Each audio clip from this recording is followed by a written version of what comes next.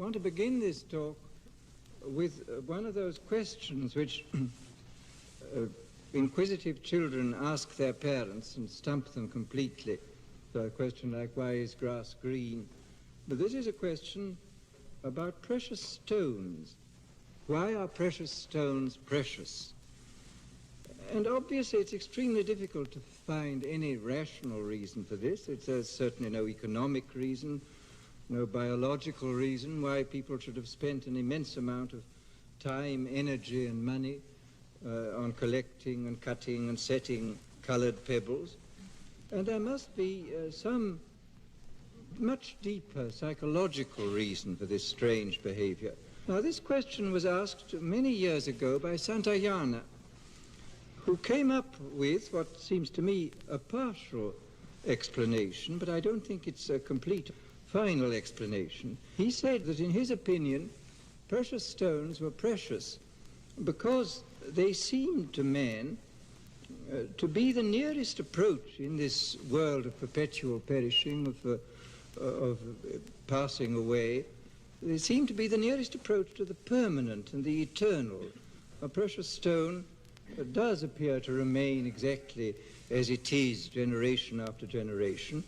And Santayana assumed that it was because this was the nearest approach in our world to something that was intrinsically eternal, that the precious stone took on its precious quality. Well, I think there is something in this explanation, but I don't think it's by any means the complete story. I think there are other compelling psychological reasons why we value precious stones as we do. I'm going to quote a passage from Plato, which I think throws a lot of light on this subject. It comes from the Phaedon, the dialogue. And here, Socrates is talking about the ideal world, which he says is more beautiful and real than the actual world in which we live. And he says, in this other earth, the colors are much purer and more brilliant than they are down here. And the very mountains and stones have a richer gloss and lovelier transparency and intensity of hue. The precious stones of this lower world are highly prized cornelians, jaspers, emeralds, and all the rest, are but the tiny fragments of these stones above. In the other world there is no stone but is precious and exceeds in beauty every gem of ours. And he goes on to say, the vision of this world is a vision of blessed beholders. Well, this seems to me a very interesting passage, inasmuch as it makes perfectly clear that the ideal world of Plato is not a mere metaphysical construction, a kind of inference from the facts of our present world and its imperfection. It is a visible world, a world which can be seen with the inner eye and which has certain describable peculiarities, such as the colors being much brighter and it being filled with stones which are very like our precious stones.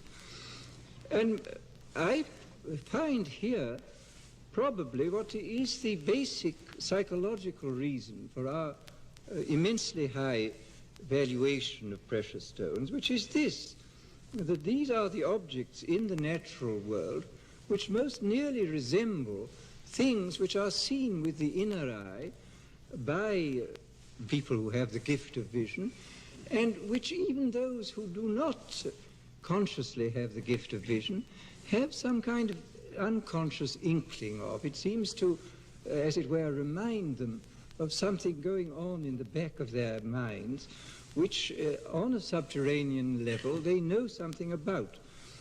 And we get a certain confirmation of this by the greatest of the Neoplatonic philosophers, Plotinus, who says that everything in the intelligible world, which is much the same as the ideal world of Plato, everything there shines.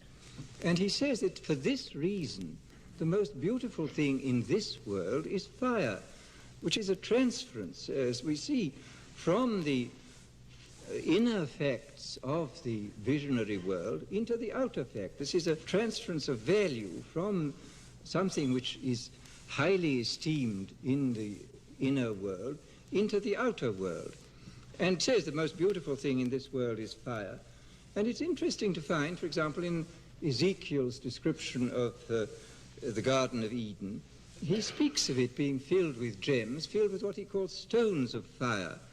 As I hope to show later on, this richness of gem-like qualities which is found in the visionary world does explain many very strange facts about certain types of art, and many facts about the curious uniform quality of religious traditions, folklore traditions, traditions of the nature of the golden age and the afterlife, which are found all over the world. We'll talk about that later.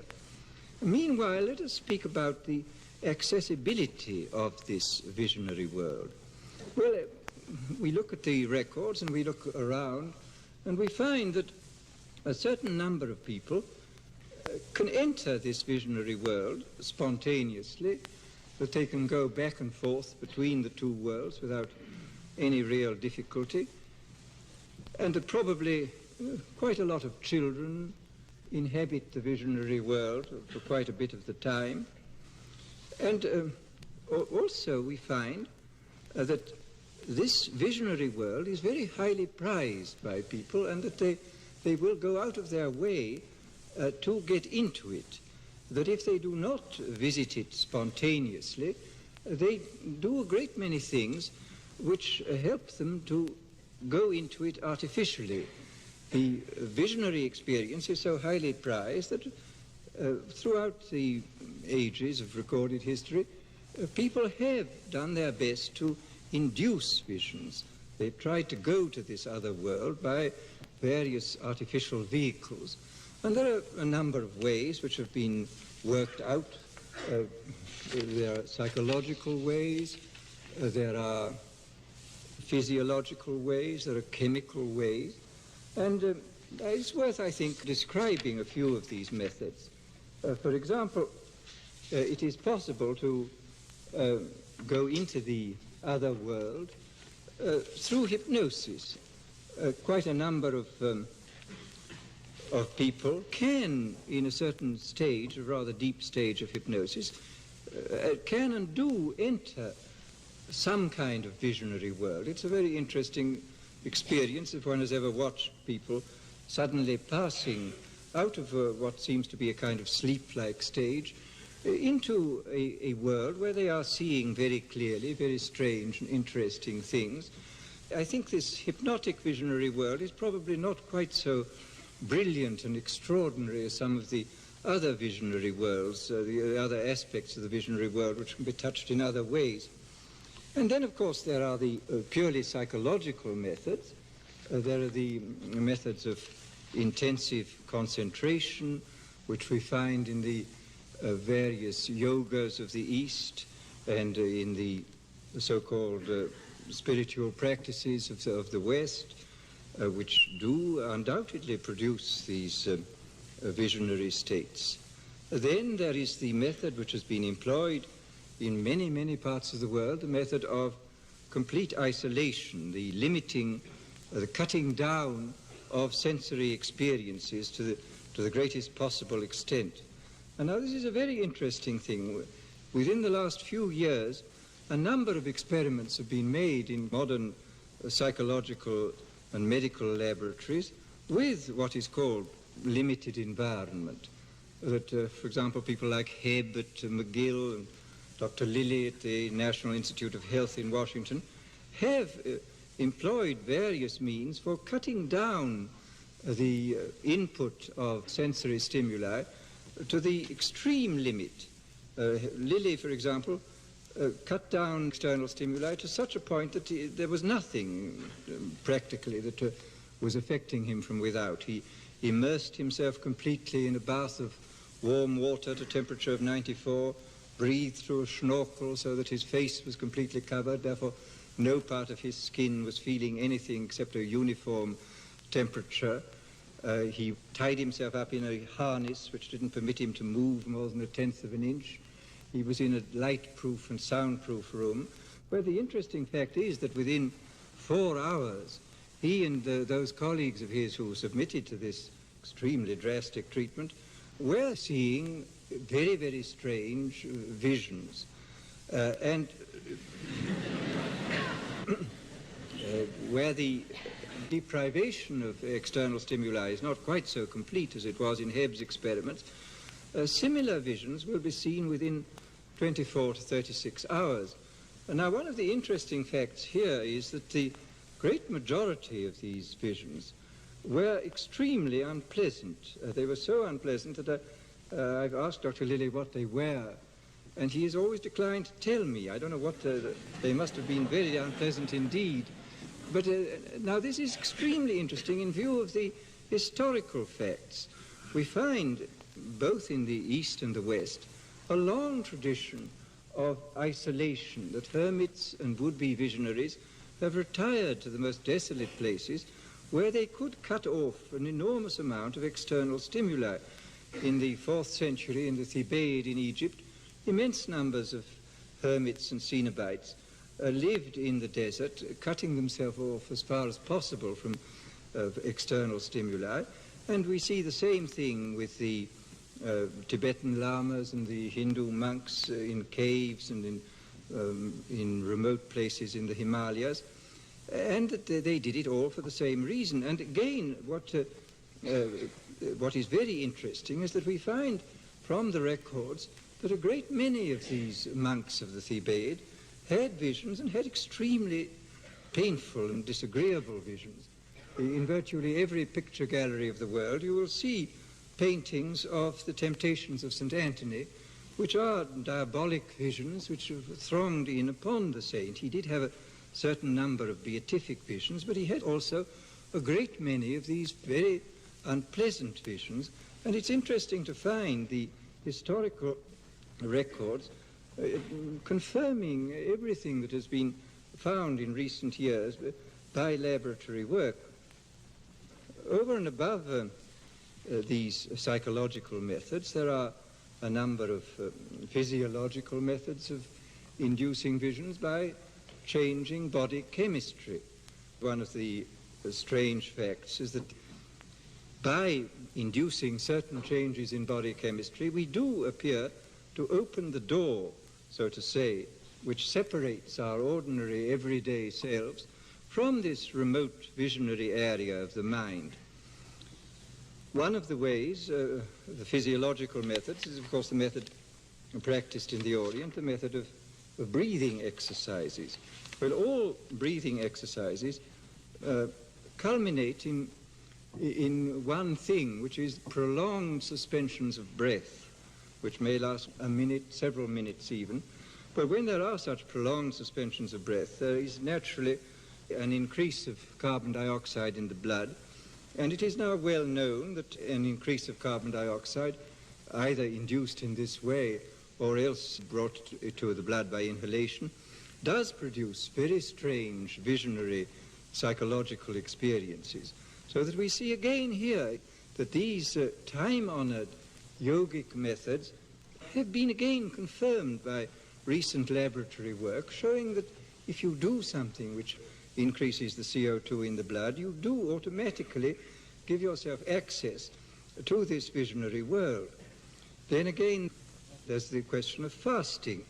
Here, in many cultural traditions, fasting has been used precisely for the purpose of creating a visionary experience. The red man in this country habitually and systematically resorted to fasting for the express purpose of achieving visionary experience. It was one of the initiation rites of young men in many of the Indian tribes. And of course fasting has been used to a very considerable extent in all the major religions. Similarly, lack of sleep, cutting down on sleep, will also produce effects of this same kind. And even some of the more violent physical austerities, such as self-flagellation, also, I think, produce certain chemical changes which facilitate the coming of visions. For example, A violent self-flagellation will release great quantities of histamine, great quantities of adrenaline, both of which may have profound psychological effects. When we look back on the history of religious practices and the desire for visions which has existed, I think, in all cultures, we see that these curious ways of facilitating the visionary experience have been employed, and we now know the reasons, in as far as they are biochemical, we know the reasons why these practices were adopted. Beyond these methods of inducing visionary experiences, there are the directly chemical methods. And here again, there is an enormous history in this field.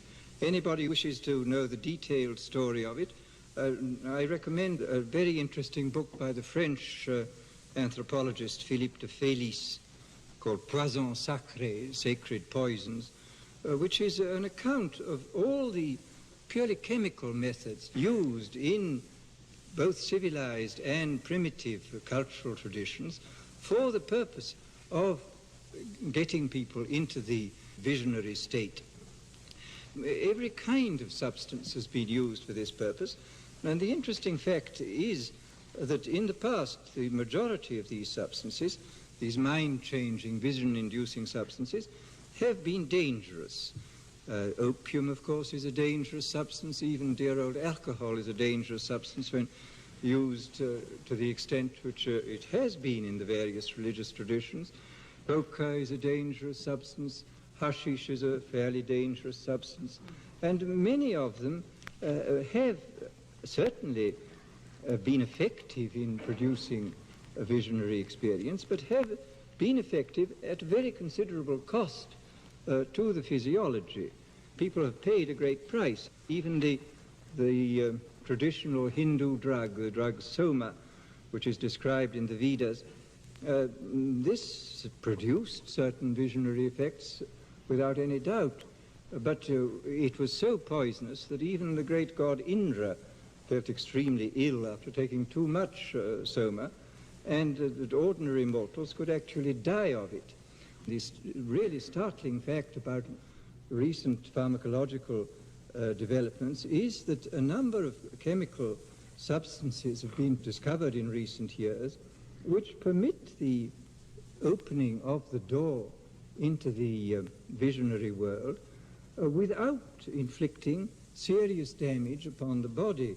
Enormous changes in consciousness can be brought about without hurting the body. And this is an extraordinary effect. Some of these substances are related to substances existing in nature. For example, mescaline is the active principle now synthesized in the Indian peyote. And incidentally, peyote is one of the few traditional mind-changing drugs which has been taken for many centuries by the Indians and whose use is spreading now throughout the western United States right up into Canada. Has been taken without producing addiction, without causing degeneration among those who take it. And beyond this synthetic mescaline, there are various others, lysergic acid, the most recent of them being the active principle of the sacred Mexican mushroom, which was synthesized by Hoffmann in Basel in Switzerland. My friend, Professor Roger Haim of Paris, the mycologist, told me that he'd recently returned from Mexico and had gone down to visit an old witch doctoress friend there, bringing her a number of the pills which Hoffmann had synthesized, and had given her some of these pills, which she'd taken and was quite delighted because they produced exactly the same effect as the mushrooms, and she was more especially delighted that now she could practice her magic at every season of the year instead of having to wait for the mushroom season. So that this is one of the great triumphs of modern science, that a witch doctor in Mexico will be able to send a postcard to Dr. Hoffmann in Basel saying, "Have important magic to do, please send 100 capsules for airmail," you see. Well, these are some of the chemical ways of opening this door which leads into the other part of the mind. Experiments, of course, have been made by eminent psychologists for a long time. William James, for example, made considerable experiments with nitrous oxide, and incidentally was much blamed by some of his colleagues for such a frivolous undertaking and for taking it so seriously, and was defended by Bergson in his Two Sources of Religion and Ethics, where he said we must remember that the nitrous oxide was not the cause of Professor James's remarkable experiences. It was the occasion that it removed certain obstacles which permitted this other material to come through. The obstacles could have been removed by purely psychological means or by other psychophysical means, but this particular means did open the door, and the nature of the experience which came through is not affected by the nature of the key which is used to open the door. And this is a very interesting passage in Bergson, and I think it's fundamentally true that although there seems to be something rather discreditable and unfair, so to say, about the possibility of opening the door by a means so simple as psilocybin or LSD 25, yet there seems to be no reason to doubt that what comes through is of the same nature as what comes through via breathing exercises or fasting or any other means. Now, let us briefly talk about the nature of the experience. Now, of course, every visionary experience is unique, as every human being is unique, but these things do not occur at random. Although they are unique, and although there are considerable variations, yet we do recognize in the majority of these experiences a kind of family likeness. They belong to a certain class. And we realize this very well if we read such a book as Heinrich Klüver's book, monograph on peyote, Beringer's book on peyote, a whole mass of religious literature on visions and so forth. We see that there is a kind of resemblance running through this whole family of experiences. And I think we can say that the highest common factor in all these experiences is the experience of light. Now, the light experience is of several kinds. There is the experience, which is recorded in a great deal of the literature, of what may be called undifferentiated light, just an enormous burst of light, unembodied in any particular form, just a great flood of light. I think it would be true to say that this experience of the undifferentiated light is generally associated with what may be called a full-blown theophany or a full-blown mystical experience, that experience which transcends the subject-object relationship, which produces a sense of solidarity between the experiencer and the universe, which gives the experiencer a sense of the basic all-rightness of the universe, an understanding of such a phrase as occurs in the book of Job, "Yea, though he slay me, yet will I trust in him." This is, seems to me, a characteristic feature of the mystical experience. And this kind of experience and the experience of the same order when associated and interpreted in terms of a theological frame of reference, when the experience is interpreted in Christian terms as the unity of knowledge of God, this kind of experience is, as a matter of fact, generally associated with this experience of undifferentiated light. And of course this kind of light experience is recorded again and again in the literature. The most familiar case is the case of St. Paul on the road to Damascus. We find Muhammad's call to being a prophet came when he woke up in the middle of the night, perceiving a light so intense that it caused him to swoon away. Plotinus entered several times into the light and was, as he says, swallowed up in divinity. We find Dante describing paradise as being illumined as though by two suns. I mean, there is the ordinary sun, and then there is this other light, which is like the light of a much more powerful sun coming through the ordinary sunlight. Then in more recent times we find the tremendous light experience of St. John of the Cross when he was confined by his brethren to prison in Toledo. And Jacob Boehme records light experiences of this same kind. And one could find, I think, without any difficulty, hundreds, literally hundreds, of such experiences recorded by eminent or less eminent mystics. Now, the interesting thing is that this kind of experience is by no means confined to the eminent people who have a great power of expression. As such collectors of experiences as Dr. Raynard Johnson in his book, The Watcher from the Hills, as he has shown, a great many perfectly ordinary people who don't have this gift of expression and who have achieved no celebrity as religious leaders do in fact have experiences of exactly the same kind. Now, let me go over this very briefly because we haven't got very much time, but I received a letter from an unknown correspondent in England. She described herself as a woman in her 60s, and she was saying, my whole life has been influenced by something that happened to me when I was a schoolgirl of 16. I was in the kitchen.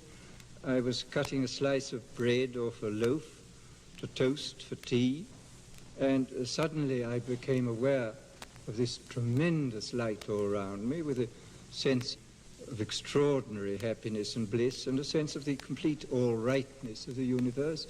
I was absolutely overpowered by this. It was a dark November afternoon. The whole place was flooded with this light. The experience lasted in clock time perhaps for a minute. Then it went away, but the memory of it has sustained my life ever since, and it has completely abolished any fear of death that I may ever have had. I adore life, but I'm not in any way afraid of death. Well, these sort of experiences, as one can find set forth in Raynard Johnson's book, are really quite common, I think. A great many people have had these kind of experiences of the undifferentiated light, which, as I say, is associated with something in the nature of the full-blown mystical experience. And here it is quite interesting to go into another cultural tradition and to find that in the Buddhist tradition, what is called the clear light of the void, this tremendous uncolored light, is again associated with the ultimate liberation experience, and that the other lesser lights, particularly the lights which are embodied in forms, are associated with the lower so-called pre-mystical visionary experiences. Well, let us now come down to what is strictly the visionary experience, which is the experience of light in its differentiated form, when it is embodied in shapes and in personages, in landscapes and so on. And here again we find, curiously enough, a certain uniformity, where we find likenesses running through the various descriptions of this.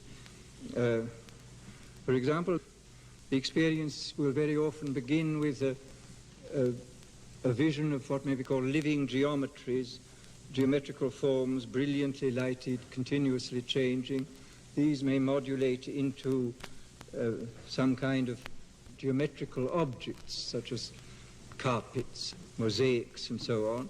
There may then be tremendous visions of landscapes of an extraordinarily brilliant and glowing nature, of architectures often encrusted with gems, and the landscapes too are frequently recorded as encrusted with gems, which again throws a light on what Plato was saying in his dialogue, and the reason for our high estimation of precious stones, because we see these things in our visionary experience, and even if we don't know about them consciously, they in some way remind some area of our mind of this strange world, which I think exists in every mind, although often deeply buried. And then there are sometimes visions of figures, strange faces. And here there's a very interesting fact which is recorded again and again, both in the spontaneous cases and in the induced cases, that when faces are seen, they are never the faces of people that the experiencer knows. He does not see the face of his mother, his father, his brothers, his friends. These are entirely new faces. And this, I think, casts a great deal of light on this whole conception of angelic figures. Of course, it's entirely incorrect to suppose that the angels are the spirits of the departed. They are of another species altogether. And this is a very interesting fact, that at the sort of antipodes of our mind, in this remote area of our mind, it is so far beyond the personal unconscious that we don't see anything connected with our own private life, or even with the general life of mankind. We see something quite different. When Blake saw these figures, he said, these are the cherubim and seraphim. And he knew all about them. They were very large. He said the seraphim are 120 feet high, and they live in these extraordinary landscapes. And he described the landscapes. He says the landscapes and the architectures in which they live are highly organized. They are articulated beyond anything which the mortal and perishing sight could possibly imagine. That they were, in some sense, super real. They were more real than ordinary reality. And Blake saw these things all his life, except for a period in his middle life when, for some reason, visions didn't come to him. But this was a regular type of experience for him, and he was constantly seeing these faces, which were not faces of anybody he knew, but they were these strange figures from somewhere else. And another curious fact about these figures is that they were never doing anything. This is one of the things which recurs again and again in the descriptions, that these figures, when seen, are not in action, sort of doing nothing in particular. And this again corresponds very closely to the conception of these angelic entities in the other world, who are not engaged in action. They are engaged in the beatific vision and contemplation. And I think this is one of the reasons why the most powerful and moving religious art is always static art. The great religious symbols, like the Khmer Buddhas, like the great Egyptian gods, like the primitive Greek statues, are static. They are not doing anything. The great Pantocrators and Madonnas of Byzantine art, they are also completely static, not doing things. And this is precisely the nature of these beings who are found in the other world, the world of vision. Let me very briefly go into another very interesting fact about the visionary experience. That the visionary experience occurs by no means only behind the closed eyelids. In very many cases, the visionary quality, the quality of the vision, so to say, spills over into the external world, so that the experiencer, when he opens his eyes, sees the outer world transfigured, sees it as incomparably more beautiful than he sees it at ordinary times, sees it as glowing with an intensity of light and significance and life, which is something he simply does not see at all in his ordinary state. Now, there are plenty of poets and artists who have spontaneously seen the world in this way. You will find, for example, admirable descriptions of the nature of this transfigured vision of the world in some of the writings of the Irish poet A.E. George Russell, which I recommend very much. These are very subtle and psychologically penetrating descriptions of the kind of things that the visionary sees in the external world. And I think it would be true to say that quite a lot of children probably see the world in this transfigured way. They see it very much, I think, as Wordsworth describes himself as seeing it as a child, describes it in the great ode on the intimations of immortality in childhood. As Wordsworth said, he looks at the outside world, and it has the glory and the freshness of a dream. And he goes on to say that as he grew up, this glory faded into the light of common day, and this I know where'er I go, that there has passed a glory from the earth, and the world became, so to say, very boring once again. And there's a particularly beautiful passage in one of the centuries of meditation of Treherne's, and I would like to quote this passage of Treherne's, which describes his experience as a child. He was brought up in Shrewsbury, I think it was, in a small town which had walls round it at that time, and he describes what it was like looking out from his home into the world around him. He says, "The dust and stones of the street were as precious as gold. The green trees, when I saw them first through one of the city gates, transported and ravished me. Their sweetness and unusual beauty made my heart to leap and almost mad with ecstasy. They were such strange and wonderful things. The men, oh, what reverent and venerable creatures did the aged seem, immortal cherubim, and the young men, glittering and sparkling angels, and maids, strange seraphic pieces of life and beauty. Boys and girls tumbling in the street and playing were like moving jewels.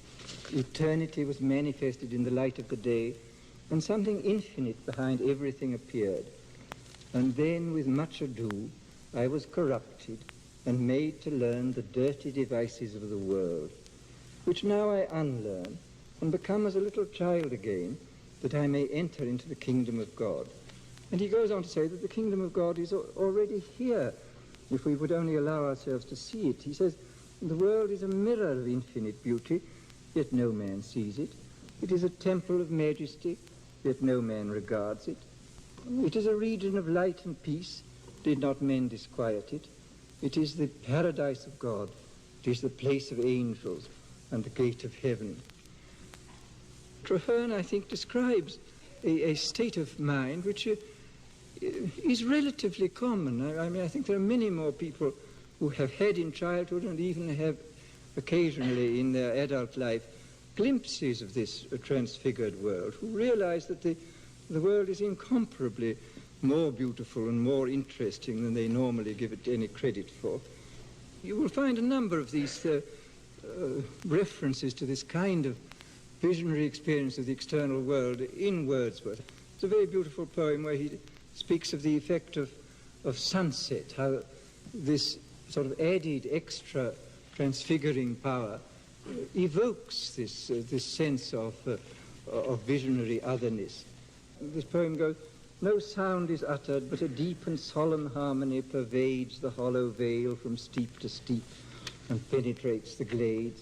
Far distant images draw nigh, called forth by wondrous potency of beamy radiance that imbues whate'er it strikes with gem-like hues. In vision exquisitely clear, herds range along the mountainside, and glittering antlers are descried, and gilded flocks appear. Thine is the tranquil hour, purpureal eve. But long as godlike wish or hope divine informs my spirit, ne'er can I believe that this magnificence is wholly thine.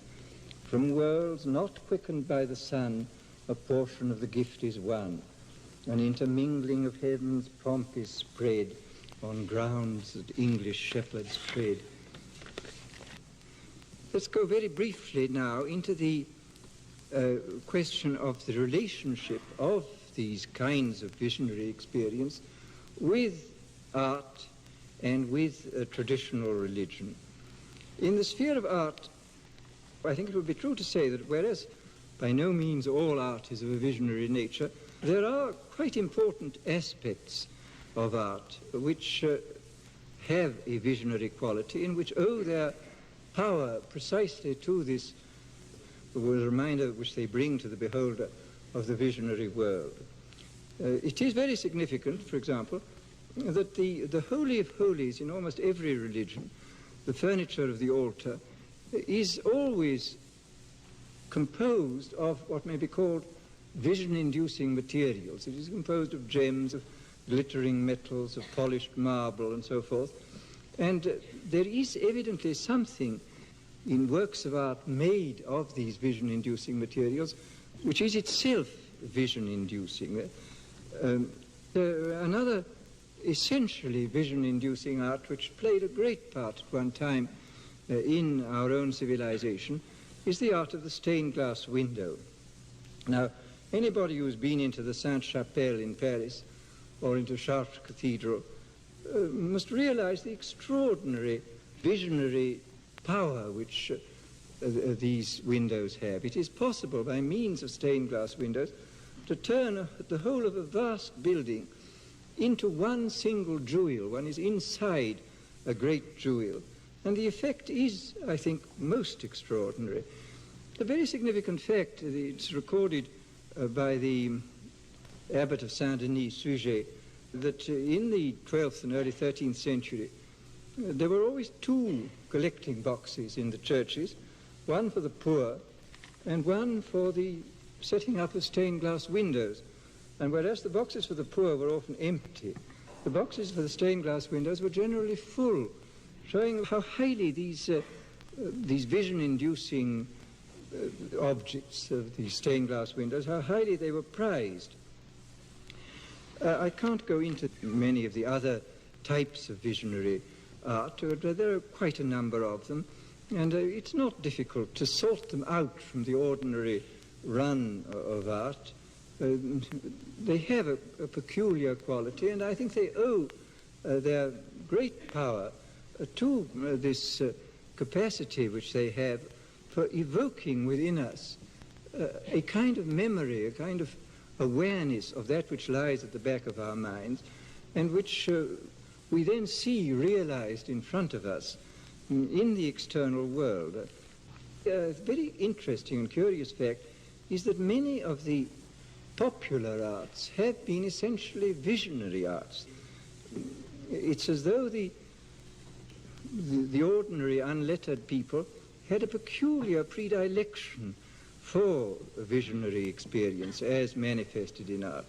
I mean, take some of the most ordinary and everyday of popular arts. Take, for example, the art of fireworks. Well, this goes back a very long way in China, and it goes back into the later Roman Empire. There are descriptions in the poetry of Claudian of the most fantastic firework displays, which are at least as elaborate as any display we see today. But of course they were not as good as the displays today, because there was not at that time the knowledge of chemistry which we now have, which permits us to put into our fireworks an immense range of colors, which was undoubtedly quite impossible for the Romans to duplicate. Well, then another popular art which has played a great part throughout history is the art of pageantry.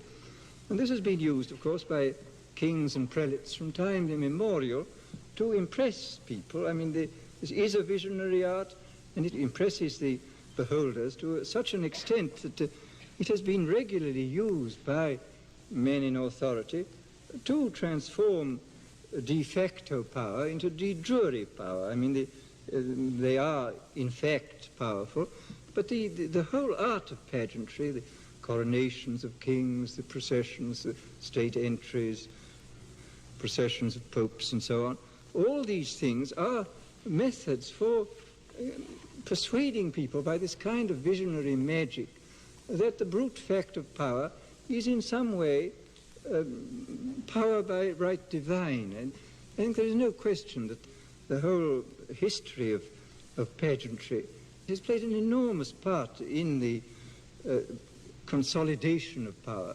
And of course in our own day we have seen the extraordinary power exercised by the pageantry devised by the Nazis. I never saw the Nuremberg rally each year, but those who saw it say that this was possibly the most extraordinary ballet ever put on any stage by anybody, that this was one of the most magnificent pure spectacles. And closely related to pageantry and ritual, of course, is a theatrical spectacle. The theatrical performances are of two kinds. There is the drama, and then there is spectacle. And very often, I regret to say, in contemporary productions of old plays, of Shakespeare, for example, the spectacle is often made to interfere with the drama, but both have their legitimate place. If you look at the history of it, it's very interesting to see what enormous time and trouble and money has been used, has been expended on spectacles. The Elizabethan and Jacobean masks, for example, were fantastically elaborate, and there's a record of one mask put on for Charles I by the Inns of Court, which cost over £20,000 for a single night's entertainment. This is an extraordinary fact that quite senselessly people will go to this immense trouble, spend this immense amount of money for this curious kind of experience, which incidentally the adjective which is often applied to it is very significant here. It is called a transporting experience. It transports you, takes you out of this world, puts you into the other world.